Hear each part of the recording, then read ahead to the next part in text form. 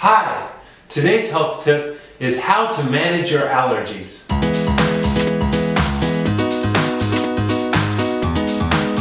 Hi, I'm Dr. Matt, and it's that time of year where the pollen counts start going up, and with that, I get a lot of patients who come in complaining about their allergies or with allergy symptoms and then wondering what they are.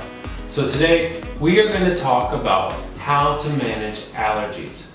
Now, there is a website where you can check out what your pollen count is for your local community, and we will link that down below. For those of us who have allergies, there are different things that we can do to modify our behaviors in order to decrease our exposure to different allergens.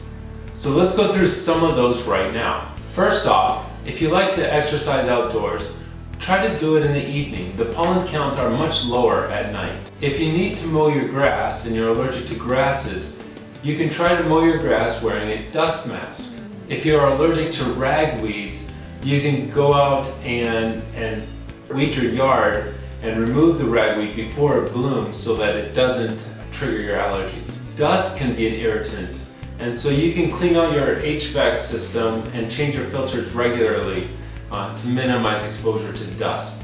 Don't dry your clothes inside the house when they're wet. That can increase your risk of mold within the house and then your exposure to mold. So rooms that have higher rates of humidity, like basements or bathrooms or any other room that you might have that with higher humidity, you can try opening windows or consider purchasing a dehumidifier to lower that overall humidity and lower your rates of mold in the house. Now, when patients come in and they ask, what can I do about my allergies? The great news is many of these options are over the counter. So first off, what I recommend, the very best medication that you can use and the one that has the most evidence are intranasal steroids. And these are things like fluticasone or Flonase, or triamcinolone, or Nasacort. And these you can buy at almost any pharmacy. They're a little spray that comes in a little spray bottle that you squirt, and you can use these once a day, 2 squirts on each side of your nose, once a day, and after about a week of use of this, you will notice an improvement in your allergies. There's almost no better medication for this. And you can imagine this spray being similar to putting a cream on your hand. So if you have an allergic reaction on your skin, you put the steroid cream on your skin.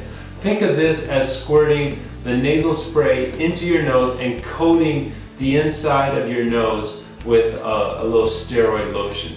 It's important to follow the directions on the packet as to how to spray. It's not squirting up your nose, but really your nose kind of goes back like this, not up towards your eye, but more towards your ear. So you'll want to make sure that you squirt this direction, not this direction. Other medications you can use are antihistamines like loratadine, also known as Claritin, or fexofenadine like Allegra, and there's some other ones out there as well.